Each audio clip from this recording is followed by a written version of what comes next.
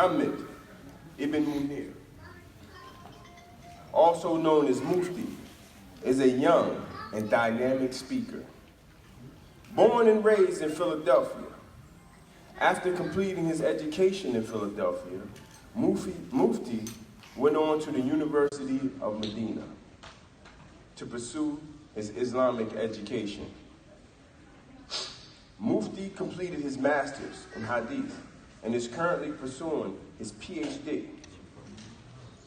Despite his concentration in Hadith, Mufti has a strong passion to teach fiqh. Mufti classes are known to be very engaging, interactive, and allow for a lot of discussion and question and answer. You know we like question and answer. Mufti, do it again. Mufti has had the opportunity to study under many of the prominent sheikhs of our time. From them is the Al-Alama Sheikh Abdul Muslim Al-Abad. May Allah preserve him and me. And with no further ado, Mufti Muneer is speaking on prophetic narrations on unity. Assalamu alaikum wa rahmatullahi wa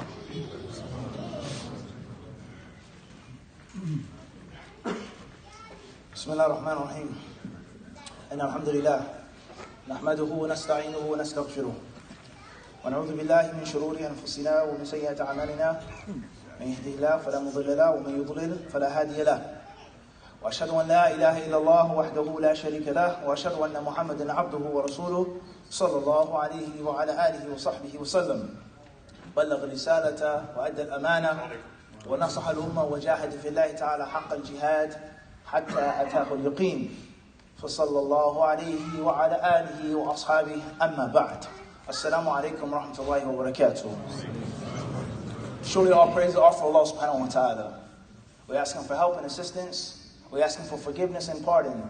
We ask Him to aid us and to assist us, to forgive us, to overlook our shortcomings, our faults, and our mistakes. We ask Allah Azza wa Jalla to erase our misdeeds, to cover them and hide them from the view of the people.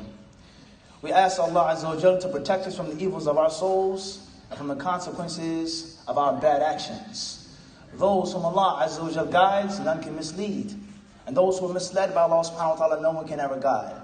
I bear witness and I testify with full faith and conviction that Allah subhanahu wa ta'ala, along with our partner, is the only deity who deserves to be worshipped. And I bear witness and I testify with full faith and conviction that Muhammad, the son of Abdullah, is his chosen slave. This man, Muhammad, he carried out his task. He did his job. He conveyed the clear message that Allah Azza wa Jalla placed upon his shoulders. He gave sincere advice to the ummah. He fought hard and he strove against all of those who went against what Allah had intended to be upon this earth. Muhammad alayhi salatu wasalam, he carried out this mighty task. He did this struggle, this eternal struggle, until death came to him, alayhi salatu wasalam. So we ask Allah to send prayers, blessings. We ask Allah Azza wa Jalla to mention His name and the company of the chief angels. And we also ask Allah Azza wa Jalla to forgive, to have mercy, and to be well pleased upon His companions, His family members, His followers, and goodness until the last day. May peace of Islam, the greetings of Islam be with you all. My talk with you, bid'Allah ta'ala, as you've heard, is concerning prophetic narrations regarding unity. Narrations of the Prophet Muhammad alayhi salatu wasalam regarding unity, being together. And before we get started with this topic, after thanking Allah, the Mighty and the Majestic, it is my duty to thank the brothers and the sisters who organized this gathering, who organized this event, who only Allah Azza wa Jalla surely knows how many phone calls, how many WhatsApp text messages, how many people were sent out to bring us here tonight. And Allah knows that it wasn't easy. But Allah Azza wa Jalla, He made it easy. So with regards to Sister Zakiya, Brother Shamik, all of the brothers and sisters' names who I know, I don't know, I don't have the time to mention, I thank all of you for your warm invitation and for your this beautiful venue that you set up. And I ask Allah Azza wa Jalla to accept it from you and to give you both the reward and the benefit. Allahumma ameen. With regards to this topic, before we actually get into the actual narrations, the hadith, which is the lifeblood of the Muslim. The lifeblood of the Muslim is found in the way of Muhammad alayhi salatu wasalam. Okay, everything that you do on a daily basis, from the time you wake up until you go to sleep, is to be based off of narrations. What Muhammad sallallahu alaihi wasallam did and what he didn't do. What Muhammad sallallahu alaihi wasallam said and what he didn't say. What Muhammad sallallahu alaihi wasallam allowed and that which he didn't allow. As one of the great Muslims of the past said, فَإِنِ اسْتَطَعْتَ أَنْ لَا تَحُكَّ رَأْسَكَ إِلَّا بِأَثَرٍ فَافْعَلْ.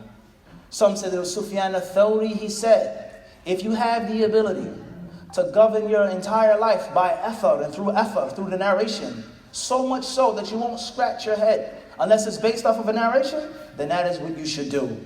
And استطعت أن لا تحك رأسك إلا بأثر فافعل. He says, if you have the ability, you may not have the ability, but if you do have the ability to govern your entire life to the most minute detail of scratching your head, to scratch your head, or not to scratch your head, except based off of what Muhammad said and did in Afar, then that is what you should do. So Muhammad his way is your way, is our way, it should be. So whatever we want to talk about, whatever we want to discuss, whatever problem we're facing, whatever discussion we wish to have, whatever we're trying to accomplish, if we don't go through the door of Muhammad ﷺ, we've already lost the game. And our chances of victory are slim to none, if not none. So this is, bid'night ta'ala, a brief introduction before we get into these narrations of unity. The first point that I wish to mention, bid'night ta'ala, is the importance of the topic. In brief, bid'night ta'ala, why is this topic important and why did I choose it? Number two, what does the word unity mean and what doesn't it mean? Before we get into a practice, we have to make sure that we got the concept. You have to make sure that we have the understanding of the term, because there are things that we do and say which we may think are means of unity, but in actuality they aren't. There are things that we may do and say and call others to, and we say they're disunified and we're unified, but in actuality there isn't actual unity. Number three, bid'night ta'ala, is the virtue of unity, the benefits of unity, and the fruits that we, bid'night ta'ala, are to reap in this dunya, in the grave, and when we stand in resurrection with regards to us being unified, and the punishments of us not being unified. After that, bid'night ta'ala, is how do we achieve and obtain unity? What is the way to become unified? How? It sounds good, it looks good, but what's the practical steps of obtaining and achieving unity? Bid'night ta'ala, after that, we want to talk about the things which will prevent and inhibit one from obtaining unity, i.e., the reasons of the opposite of unity, which is division, disunity, being split up and being separated. What are the things that are like water and oil when it comes to unity? If these elements are found, if they're present, let alone if they're prevalent, and if they dictate opinion, if they dominate, then there won't be any unity. We're going to discuss this in brief, bid'nillahi subhanahu wa ta'ala. And after that, bid'nillah, we wish to discuss the manifestations of the lack of unity among the Muslims today, internationally and locally, bid'nillahi subhanahu wa ta'ala. What are some of the signs and indicators of us having unity and us lacking unity in the United States, in New Jersey, in Philadelphia, in New York, wherever you are in the United States, Canada, UK, and also in the Middle East, the Far East, the North African continent, and the list goes on by the permission of Allah subhanahu wa ta'ala. Then we will mention perhaps a statement or two of the importance, the whole summary of that introduction of Shaykh al-Islam ibn Taymiyyah rahimahullah regarding the magnificent status of unity in the deen of al-Islam. And last but not least, perhaps we'll mention 2 to 3 prophetic narrations with a simple, comprehensive explanation regarding what the Prophet ﷺ said about unity and how he instructed, encouraged, and how he practically taught us to obtain unity. Bid'nillahi subhanahu wa ta'ala. So first and foremost is the importance of the topic. The importance of the topic. Why didn't we talk about this? Why did we choose this title? Why prophetic narrations? I think based on what I just said, we can understand the importance of the topic. First and foremost is that obeying Muhammad sallallahu following Muhammad sallallahu imitating the Messenger of Allah sallallahu, that is the cause of all good in this life. That is the cause of obtaining Allah's mercy, obtaining Allah's guidance. that is the cause of Allah supporting us and protecting us, is through, with, and by Muhammad alayhi salatu wasalam. And if you don't have Muhammad sallallahu alaihi wasallam's way, then there's no salvation. And this statement, or this concept, was summarized by Imam Malik rahimahullah ta'ala.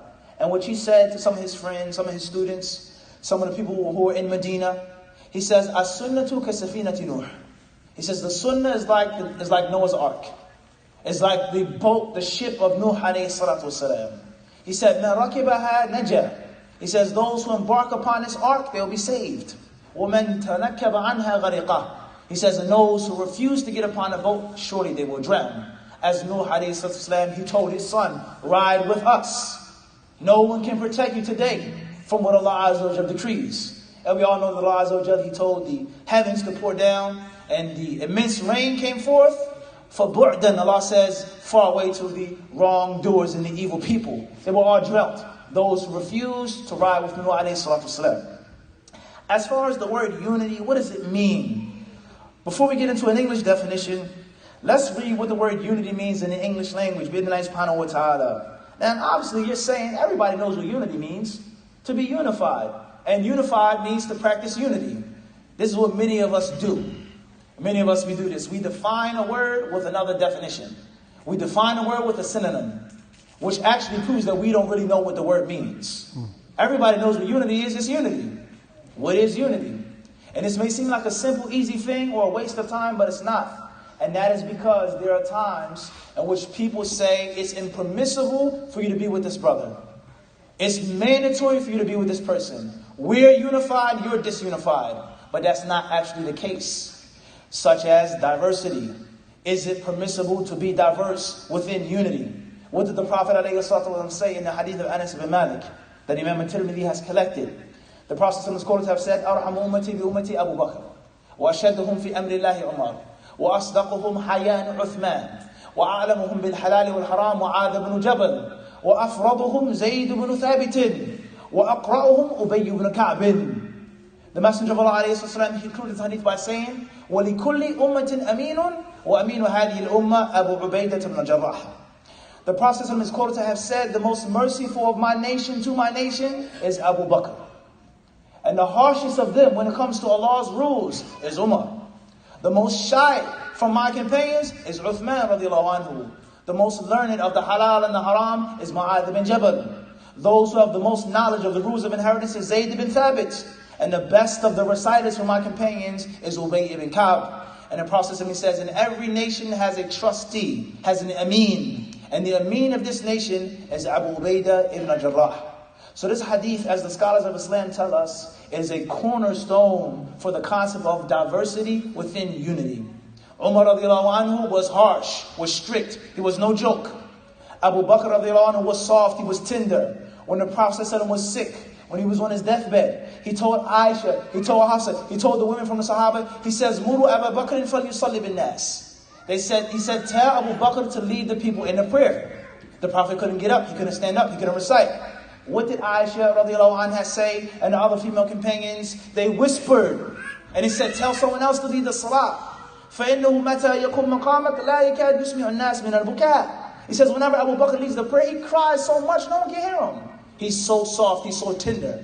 And the Prophet says again and again and again. And they kept conspiring. And then he said to them, إِنَّ كُنَّا كَسَوَاحِبَاتِ Yusuf. He says, you women are like the women of Yusuf, making a plot and conspiring against me. In other words, they didn't want to disobey Muhammad ﷺ, but they knew that Abu Bakr was so tender, he was so soft. And then the Prophet ﷺ, he says, and those who have the most shyness is Uthman radiallahu ta'ala. Uthman was a great warrior.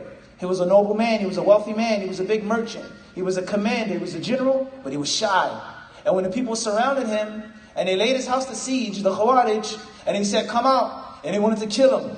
And some of the companions, they said, just give in to them. Uthman says, I'm not taking off this shirt. The Prophet said, he gave me this shirt, and he says, don't take it off for anyone, the shirt of the Khilafah. And he said to those people, he says, why are you fighting me? He says, you can only spill the blood of a Muslim for one of three reasons. And from those reasons is what? Is in charge of the people of Mecca. Umar radiallahu anhu is during the Hajj time. He says, you're in charge of the people of Mecca. You stay put. Obviously, it's Hajj time. How many Muslims are in Mecca? How many scholars? How many warriors? How many merchants? How many great men and women are here? So the leader has to be someone who's strong, who's learned, someone who's a thoroughbred. He has to be someone that's come from a high-born lineage for the people to respect him. So Umar, he told his companion to stay in charge of the people. So Umar, he left Mecca. And he went to a place called Usfan. Even today in Mecca, the signs say Usfan. And when he was there at the place Usfan, he looked up and he saw the man that he left in charge, the governor. So he said, "Oh, Fulan, what are you doing here? I left you in charge of the people of Mecca. Man walayta ala ahli Mecca." He says, "Who did you leave in charge?" He says, "Man walayta ala ahli al-wadi." He says, "Who did you leave in charge for the people of the valley? How dare you disobey my commands?" Obviously, the man, this is Umar ibn Khattab speaking, he says, "Walaytu alayhim ibn Abza." He says, "I put in charge a man whose name was Ibn Abza." He says, "Mawlan min al-mawali." Listen how crazy this narration sounds. He says, this man Ibn Abza was a freed slave. He used to be a slave, i.e. the people are going to look down upon him. Genealogy and ancestry is from the most important things to the Arabs. Who was your father? Who was your grandfather? Who you come from? You used to be a slave. You were freed. Your mother was taken as a concubine, so on and so forth. They'll never give him true respect. So Umar radiallahu anhu says, "Walaytum alayhim mawlan." He says, "You put in charge a slave, an ex-slave?" He says, "Naam ya Amir al-Mu'mineen." He says, "Yes, commander of the faithful. Don't beat me. Don't hit me. Be patient." He says, "Innahu qari'un li kitabillah, alimun bi-fara'id." He says, "I put him in charge for two reasons. Not because of his blood and his ancestry, how thin or how thick his nose is, what he looks like, where he comes from." He says two reasons. One, he's a reciter of the Quran. And secondly, he is a master of the laws of inheritance. Umar radiallahu anhu, when he heard this man's excuse, he said, "Sadaqa nabiyyukum sallallahu alayhi wa sallam, inna Allah la yarfa'u bihadha al-kitabi aqwaman wa yada'u bihi akharin." He says, your prophet has indeed spoken the truth. Allah will raise people with the Quran, and he will debase others with this Quran. So the science of inheritance is a major field of study in al-Islam. In the process, and he says that those who have the most knowledge of it, it doesn't mean that Abu Bakr didn't have knowledge, or Umar didn't have knowledge, or Uthman, but the best is Zayd ibn Thabit. And he says, and those who are the most masterful, the ablest of reciters is Ubay ibn Ka'b, radiallahu ta'ala anhu. He was the best reciter. He had the most knowledge of the Quran and Kareem. And he says, and the trustworthy man from our nation, Abu Bakr was trustworthy, Umar was trustworthy, Uthman was trustworthy, Mu'adh ibn Jabal was trustworthy. He says, but the Al-Amin, he says, is Abu Ubaidah ibn Jarrah. That's his distinguishing feature. So this hadith shows us is that the Sahaba were what? They had diversity within unity. So it is not a condition for unity for every single person to be a clone and every single person to be a robot, okay, following the next person. That is not a condition of unity. It is not in the Arabic language nor in the English language. That is not the meaning of unity. And the moment people force that upon people, there is going to be chaos, as what we can all see.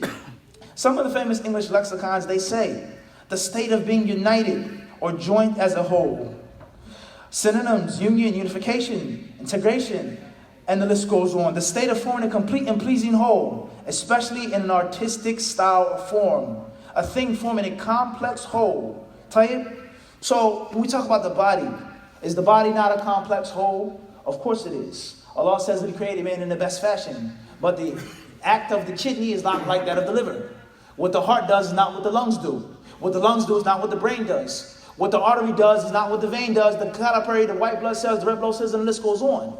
But despite all of this, the body is still a complete whole. It's still a body. It's still complex. It's still formed together. So the point that we're trying to get across is unity does not necessitate that every single person do the exact same as the other. That is not in Islam. That's not in common sense. That's not in the English language. Rather, the most important concept of unity in general, without any specific arguments, is the complexity of the body as a whole. And the Prophet clearly says the most. And they were all what? Together, and they were unified. This is crucially important when it comes to discussing the problems of unity and disunity among the Muslims in America. Moving forward, the virtues of unity and the benefits of unity. First and foremost is the virtues of unity, as we're going to mention later on, ta'ala, is that it's a means of obeying Allah and His Messenger. And what happens when we obey Allah and His Messenger? What happens when we listen to the rules of Allah subhanahu wa ta'ala and His Messenger? You know the answer without having, or me having to tell you and explain to you. Allah told us to be unified, as we're going to mention later on. The Prophet, He told us to be unified. He commanded us and He warned us from being disunified. So from the greatest virtues of unity is not strength, it's not economic independence, it's not schools, it's not this, not that. That's good and that's fine, that'll come. But the most important concept of being unified is that it's a means of obeying Allah and His Messenger. وَأَطِيعُوا اللَّهَ وَالرَّسُولَ. Obey Allah and His Messenger. Obey Allah and the Messenger. لَعَلَّكُمْ تُرْحَمُونَ. Allah says for you to receive mercy. So the spirituality of the concept of unity comes first. And most of us, when we talk about unity, and we talk about disunity, the very first thing that we speak about is a school. The very first thing we think about, students of knowledge, scholars, brothers, imams. That's good and that's fine, but we're losing scope of the spirituality of unity. Is this what Allah wants from us? To be unified. Everybody understand this? Allah wants us to be unified and does not want us to be disunified. So these are some of the virtues of unity from the spiritual aspect. As far as the material aspects, then they're clear and they're well known. Strength is in unity. Strength is in numbers. Everybody understand this? Strength is in numbers. And Allah Azza wa Jalla, He mentioned to the Prophet ﷺ, when you were a small group, you were a tiny little group, and you were afraid that people would kidnap you and snatch you up. And Allah Azza wa Jalla, He supported you, He helped you, and He provided you with the good, fine things. So fear Allah in order for you to be thankful. Allah said this in the 8th chapter of the Quran Al-Kareem, Surah Al-Anfal, reminding the Messenger of Allah ﷺ when Islam was a scarce thing. When they were in Mecca, they said, we used to pray hidden until this companion accepted Islam, until Umar radiallahu anhu became a Muslim. Before Umar was a Muslim, we were afraid to pray in public.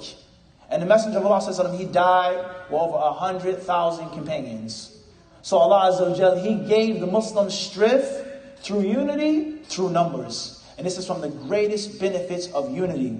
And if we are not unified, then perhaps the hadith of the Prophet will be manifested upon us. And what she said, يُوشِكُ أَن تَتَدَاعَ عَلَيْكُمُ الْأُمَمِ كَمَا تَتَدَاعَ الْأَكَلَةُ عَلَى قَصْعَتِهَا. He says, indeed a time will come in which the nations will gather upon you. They'll congregate upon you like guests come to a banquet. You want someone to come over your house for a class, for a lecture, for a ta'leem series? A couple brothers may come, a couple sisters may come, but invite the people for food. Tell the people that's a walima, it's an aqiqah.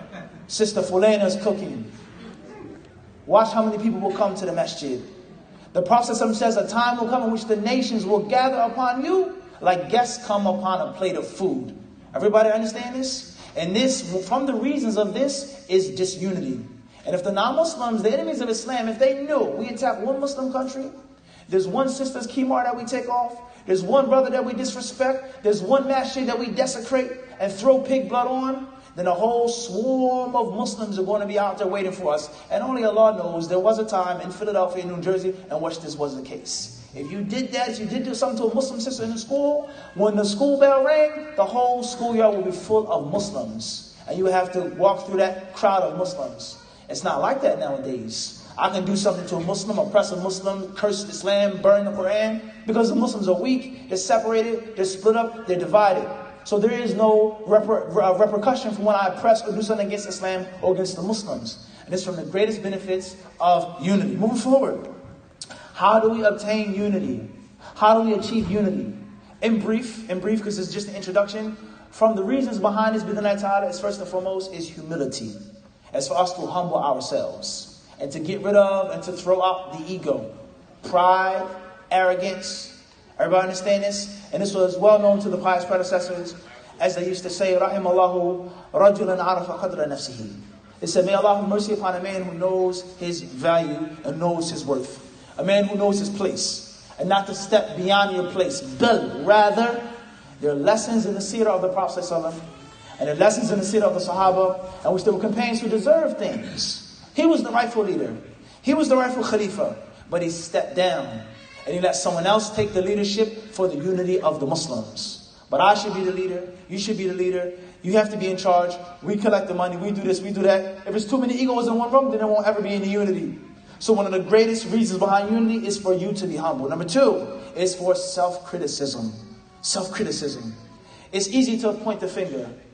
You're the reason why we're split up. This scholar is the reason why the Muslims are like this in this country. You're the reason why we don't have this and why we don't have that and why we don't have that. And everybody points the finger. But how many of us honestly look in the mirror and say, what am I contributing to the cause for unification? What am I doing? What am I bringing to the table? What can I do? How can I help? But when everybody's looking and attacking each other, then there cannot be any unity. Another very important way of obtaining unity is understanding what unity is and what unity isn't. And this is perhaps one of the most widespread doubts concerning unity. Is that I cannot unify with you because you don't follow this, you don't say this, you don't go here, you don't so and so. And that, as we just read, is not the actual definition of what? Of unity. Moving forward, because this is a brief introduction, the inhibitors of unity. From the inhibitors of unity, first and foremost, is bad intention. Only Allah knows what's in the hearts of the people. We don't know what's in the hearts of the people. Allah Azza wa Jalla, He surely knows. But there are many actions which are manifested, which you have a great deal of doubt. What's your intention behind this statement? What's your intention behind this act? What is going to happen in 5 years, in 10 years, when this leader, when this community, when this person, when this personality is removed and taken away and abandoned and staying and so forth? Do you have a good intention for the Muslims who are weak in number, weak in strength, weak in power, who are poor, who have all types of issues and backgrounds? What's going to happen to the Muslims? And we all know that the Arabs, they say that from the deficiency of a man, it's the focus on the tip of his nose. That's from the deficiency of a man. فُلَانٌ لَا يَنْظُرْ أَبْعَدْ مِنْ أَرْبَنَةِ أَنْفِهِ. It says Fulan only looks at the tip of his nose. He only looks about today. That's the fool. And the wise man, he looks for tomorrow. So when you say certain things, you do certain things, you make certain rulings and discussions and declarations, you have to be looking for the future.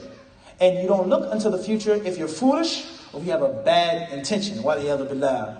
Another very important thing which will inhibit and prohibit the people from having unity and from coming together bi'Allah ta'ala is what we have previously mentioned with regards to pride, with regards to arrogance, and with regards to ego. Moving forward, to summarize the introduction, what are some of the mazahir? What are some of the manifestations of disunity among the Muslims in the United States and outside of the United States? First and foremost is self-interest. Every man for himself. Every country for himself. I don't care if you invade this country. I don't care if you bomb these Muslims. I don't care if there's an embargo placed upon these people. As long as it doesn't bother our country and our continent or our Gulf or our island, then do whatever you want to do. We can't help you, I'm sorry. We're not taking any refugees. We're sending some money, we're sending some band-aids, and that's it. As long as it doesn't bother us and harm us, then there's only self-interest upon our country. And this is a reality. Outside of the United States and in the United States as well. If it's not intended to our masjid, our center, our brothers, then it doesn't interest us. And this is one of the manifestations of lack of unity among the Muslims. Number 2 is lack of central Islamic leadership. Lack of central Islamic leadership. How can there be a team without a coach? How can that even exist? A team without a coach. Is there a sport in which there isn't a coach? Is there a sport in which there isn't a trainer? Even sports, when there's only one person who's competing, there's a trainer or a coach. Whether it's boxing, whether it's tennis, whether it's fencing, whether it's swimming, it has to be a coach or a trainer. Let alone football, basketball, baseball, soccer, and the list goes on. There has to be central leadership. And after the coach, the central leadership, there's a second coach on the field, the point guard, who thinks with intuition. He makes the moves like he's the coach playing on the court, without the coach having to say something. How can there be a winning team, a successful team, without leadership?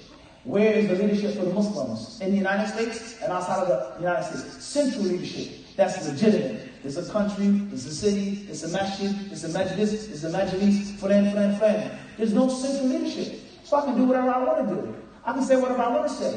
And the list goes on. Number 3 is siding with the people of kufr and oppression against the Muslims. Regardless of the issues and problems, they are still people of the Qibla. It's to take the side directly or indirectly with the people of kufr and shirk, the people of tughyan against the Muslims. And they say that these Muslims, they have this problem, there's no doubt. They have this bid'ah, there's no doubt about that. They have that problem, there's no doubt about that. But are they still Muslims? If you say that they're still Muslims, then how can you allow that to happen? And if you say that they aren't Muslims, then you're making takfir. Is it correct takfir or incorrect takfir? The seeds of this are the seeds of that. So which game are you playing now? This person is takfiri. This person is takfir. He makes takfir upon so on and so forth. And you're saying that these people, they deserve to get killed and bombed by the non-Muslims because they're people of innovation and people of misguidance. Are they still al-Qibla? Is their blood still sacred? Is their blood, regardless of the mistakes that we do not condone, are they still al-Qibla? He's using when I say yes they are or they aren't. If they are al-Qibla, you said that they're kuffar. And if there are still Muslims, despite their sins and problems, then how can you say that it's okay for non-Muslims to destroy them and obliterate them? That's a clear problem, and this is only because of lack of unity. Number 4, bid'nai ta'ala, is blatant and extreme nationalism. Blatant and extreme nationalism. We know that from the strongest tools that the non-Muslims use to split up the Islamic Khilafah, to take the Islamic state, the central Islamic government, into these small, tiny states and slice and cut them up, was through nationalism. There was no such thing as this country and that country before the end of this war. When that war took place, when the central leadership was destroyed, then this country popped up, and that country popped up, and then nationalism was bred. It's no longer Islamic identity. It's no longer La ilaha illallah Muhammad Rasulullah. You don't even ride with the Arabic letters. Juma was on Friday, now make it on a Saturday. Anyone who has a beard is oppressed, is locked up. A woman with a khimar is put in jail. And there's secularism, and then there is a sense of nation instead of a sense of Islam. And that's crystal clear, even in the United States. Before you identify yourself as something, you're Muslim. That's first and that's foremost. After that comes severe tribalism, racism, colorism, and the list goes on. This is from the means and the reasons or the manifestations of this unity. Is that because of the pigmentation of my skin, my body build, the color of my hair, the top of my hair, where I come from. Rather, we go deeper than that. Well, among one race, among people of one city. You're from this block, you're from this project, you're from this community, you're from this street. I don't mess with you. This is from the manifestations that we are totally disunified. And this, without a doubt, did not disappear when you took your shahada. Ashhadu an la ilaha illallah, ashhadu anna Muhammadan Rasulullah, and you still have tribalism. You still have racism, you still have colorism. You still look at someone a certain way because of where they come from. This is practiced by most of us, except for those people whom Allah has truly purified. The next point, bid'nai ta'ala, is gross abundance of Jumu'ah and Eid prayers in the United States. We didn't say abundance, but we said gross abundance. There are 50 Eids in one city, 30 Eids in one city, 75 Jumu'ahs in one city. If you read the speech of the people of knowledge of the past, you will be shocked at what they say about the ruling of holding 2 Jumu'ahs in one city. Not 3, not 10, not 52. And many of those ulama said that Jumu'ah is invalid. And there's only one Jumu'ah and there's only one Eid. Now obviously someone's going to say, well, it's New York City, it's Philadelphia, it's Newark, New Jersey, it's Jersey City. It's just hundreds of miles. Everybody can come into one building. Tell you, that's 10 Jumu'ahs, 10 Eids, but 50, 75, and I myself as an imam of the masjid, I haven't witnessed how the Muslims fight and claw and scratch at each other for the Eid. We're going to unify. Who's going to give the khutbah? Our imam or your imam? No, our imam has to give the khutbah. No, even though he's a better speaker, but I still have to do it. Even though this person is more set up, but he's going to do it. Who's going to collect the money? What part are we going to pray? This goes on and on and on and on and on. And it becomes so frustrating, and the people say, Kalas, I'll do Eid here, and you'll do Eid there. So when you read the speech of the people of knowledge, they were very strict. And some of the ulama, the older ulama in the city of Riyadh, they would not pray in a new masjid on Jumu'ah. They wouldn't even go to the second masjid. They would go to the original ancient masjid for the concept of unity. Moving forward, is the total lack of cohesive efforts regarding dawah, education, development, and etc. When is the last time that there's been a real cohesive movement for education? How many brothers have went overseas and studied? How many sisters know Quran? No Arabic. Where's the joint translation project? Where's the joint tahfidh project? Where's the joint hadith competition? Where's the joint fundraiser? Not for one masjid, but where's it at? It totally doesn't exist, and if it does exist, it's very small and very minute from time to time. Last but not least, bid'nai ta'ala, is the lack of fear from the enemies of Islam with regards to attacking and oppressing Muslims. As we have just mentioned, this is from the manifestations of the Muslims being disunified. Khair, inshallah. After that brief introduction, with the time that we have left, perhaps to mention, inshallah ta'ala, a statement or two with regards to the comprehensive summary of this topic. Shaykh al-Islam Ibn Taymiyyah rahimahullah ta'ala, he said, والاجتماع والائتلاف من أعظم الأمور التي أوجبها الله تعالى ورسوله صلى الله عليه وسلم. وهذا الأصل العظيم هو من أعظم أصول الإسلام، ومما عظم توصية الله تعالى به في كتابه، ومما عظم ذمه لمن تركه من أهل الكتاب وغيرهم، ومما عظمت به وصية النبي صلى الله عليه وسلم في مواطن عامة وخاصة. He says unity. Muslims being unified. Muslims being together. He says this is from the greatest fundamental principles of Islam. It's not a small trivial issue. It's not a thing that only some people have to deal with. He says it's from the greatest principles of Islam. Is unity. He says, holding fast to the rope of Allah subhanahu wa ta'ala collectively is from the greatest things that Allah has commanded us to do, to uphold, to embrace, and to propagate. And the same applies to the Messenger of Allah alayhi salatu. He says specifically and generally and specifically. I.e., this means there are verses in the Quran that generally talk about unity. I.e., there are verses in the Quran that talk about specific issues of unity. I.e., the Messenger of Allah says his general message was to unify his followers. And there were also countless examples on which the Prophet prohibited things, ordered things, commanded things for no other purpose except for unity. This is the meaning of the kalam of Shaykh Islam Ibn Taymiyyah rahimahullah ta'ala. Fine. After this brief introduction, we want to mention a few ahadith with regards to unity. The first narration is collected by Imam Muslim in the Sahih. It's the well-known report of Abu Hurairah radiallahu anhu, in which the Messenger of Allah alayhi salatu wasalam, he addressed the companions by saying, إِنَّ اللَّهَ يَرْضَى لَكُمْ ثَلَاثًا وَيَكْرَهُ لَكُمْ ثَلَاثًا. He says there are three things that Allah is pleased with for you. Three things that Allah loves for you to do. He's pleased for you to uphold and to establish. Three things. And there are also three things that Allah hates. Three things that Allah detests. Three things that Allah abhors. Look at the style of the Prophet ﷺ. He didn't say be unified and stay away from disunion, but he gave the companions encouragement. He brought their attention. Pay attention to the number first, then I'll explain what it actually is. So what are these three things that Allah is pleased with for us as Muslims? Things that He's pleased with for the companions, and He's also pleased with them for us in the next subhanahu wa ta'ala. The Messenger of Allah he said, Untitled Chapter. First and foremost is to worship Allah and make no shirk with Him subhanahu wa ta'ala. To establish, to uphold, and to maintain and actualize Tawheed. To worship Allah and only Allah subhanahu wa ta'ala. Number two, وَأَن تَعْتَصِمُوا بِحَبْلِ اللَّهِ جَمِيعًا وَأَن لَا تَفَرَّقُوا. He says, and to hold fast to the rope of Allah together collectively, i.e., despite your age, your race, your sex, your color, despite your taste, your direction, your background, hold fast to the rope of Allah, not to your desires, not to your culture, not to this, not to that, but the rope of Allah subhanahu wa ta'ala, the Quran.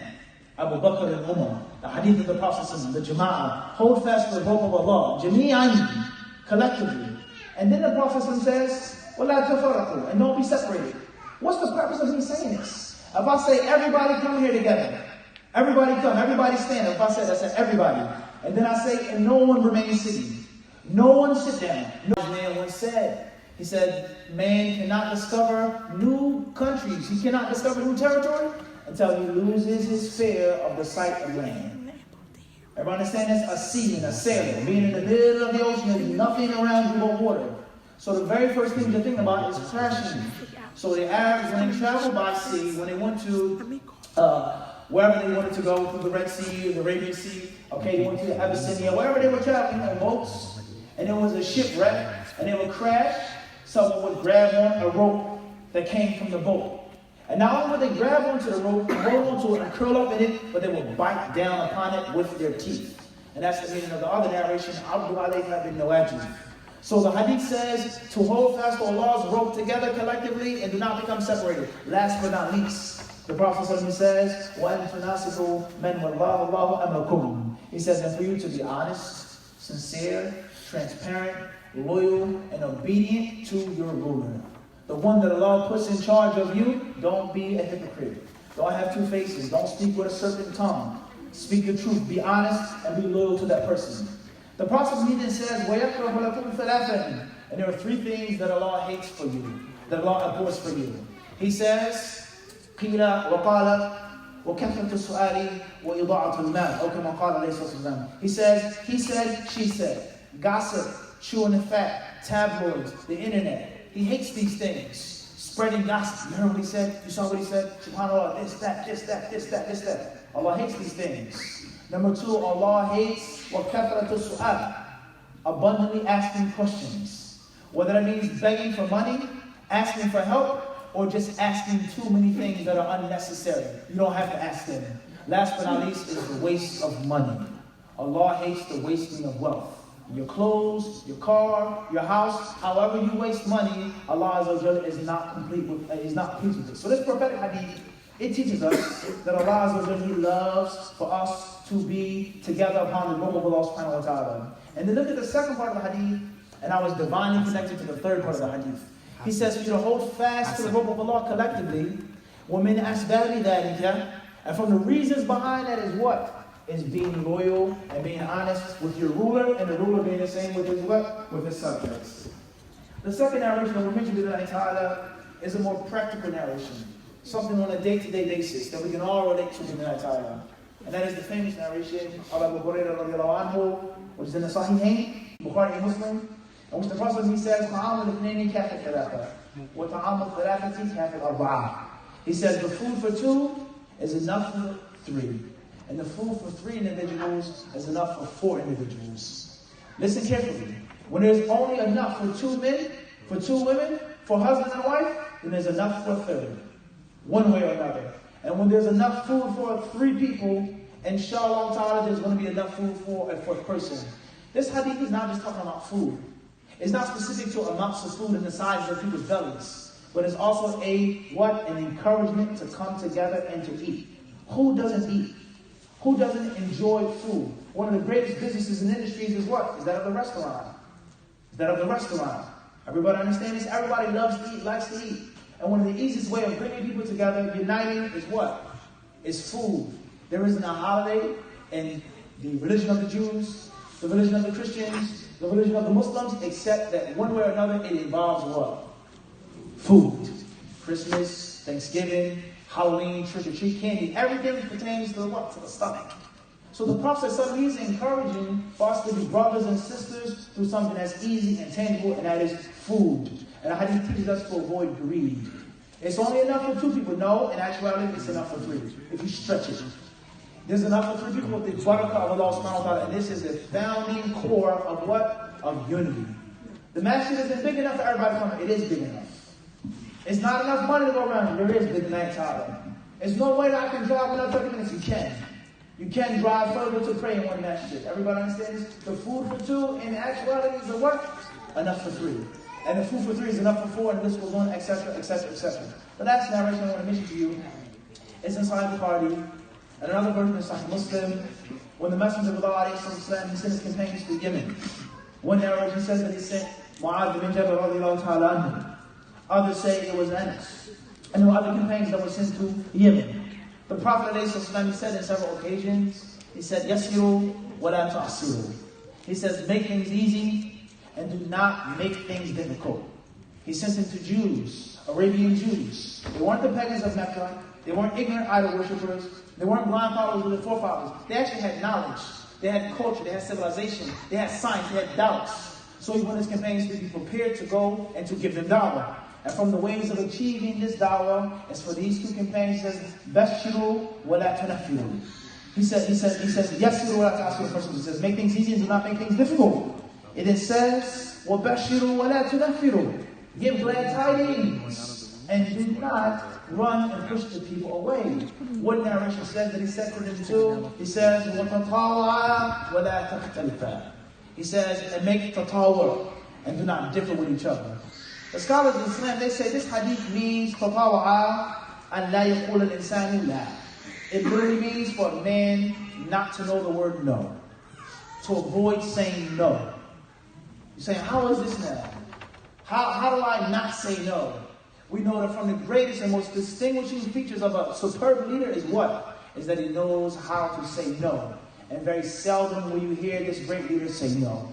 He'll use an indirect expression. He'll delegate it to someone else. He'll do this, he'll say this. But very seldomly will you hear the words, the flat no come out of his mouth. What did the Prophet ﷺ tell the companions about what was the way into Jannah without any punishment, without any reckoning? And then the Messenger of Allah ﷺ, after he gave them this tremendous glad tidings, he stood up and he entered into his home. He got the companions' appetite. He flared them up to be interested. Who are the people that want to enter paradise without any reckoning? And then the companions, they spoke about who they were. Some said they were the Sahaba. Some said were those who never made no shirk. Some said. And when the Messenger of Allah came out upon them, he asked them, what are you guys talking about? What are you discussing? What are you going over? And he says, what you told us, O Messenger of Allah, about those who were in paradise, the 70,000, without any punishment, without any reckoning. And he informed them who they were. And after he told them who they were, a man stood up, Ukasha radiallahu anhu, and he said, Ya Rasulullah, Udu Allah and yaj'alani minhum. He says, ask Allah to make me from those 70,000. He says, enter minhum. He says, you're from them. Khalas. You'll be from those 70,000. فَقَامَ رَجُلٌ آخَرْ فَقَالَ يَا رَسُولُ اللَّهِ أُدْعُ اللَّهَ أَنْ يَجْعَلَنِي مِنْهُمْ. Another man stood up and he said, O Messenger of Allah, ask Allah to make me from those 70,000. What did the Prophet tell this man? He said, سَبَقَكَ بِهَا Ukasha. He says, too late, Ukasha beat you to the punch. Too late, Khalas. Ukasha asked first. I.e., he didn't say no. He didn't say less than minhum. You're not going to be from them. You're a monastic. You're not from people of Jannah. You'll be punished. He never ever said those words. But he used a gentle wording with the man. And he totally diverted his request. Sabaqaka biha Ukasha. I give you something here. Take this. It's for you. And another one says, give me something. He asked first. Khalas. In other words, I never told you no. So there's no way that I can hurt your feelings. And there's no way that you can have a bad taste in your mouth from me not giving you a cup of tea. So the Prophet, when he told his companions, do not say no to each other. Obviously, this is understood in light of the Kitab and Sunnah. Not for someone to say, disagree with anything. Of course, that's not what we're talking about. We're talking about in the realms of that which is halal and that which is permissible. Bidnai ta'ala, a topic of such importance, a topic of such depth, cannot be discussed in 45 minutes, nor an hour. This is, Bidnai ta'ala, as the Arabs say, awwal al-ghaythi, qatarat, thumma yanhamab. They say that a thunderstorm starts off with a few drops, and then Bidnai ta'ala, the clouds will open up. So hopefully this will be discussed later on. You have other speakers, other brothers, inshallah ta'ala, that can shed more light upon this important topic. Ask Allah to accept us from us all, to make us of those who are unified upon the truth, to make us those who call to this unification. Thank you very much for your time, for your attention, and for your respect. Jazakumullahu khairan.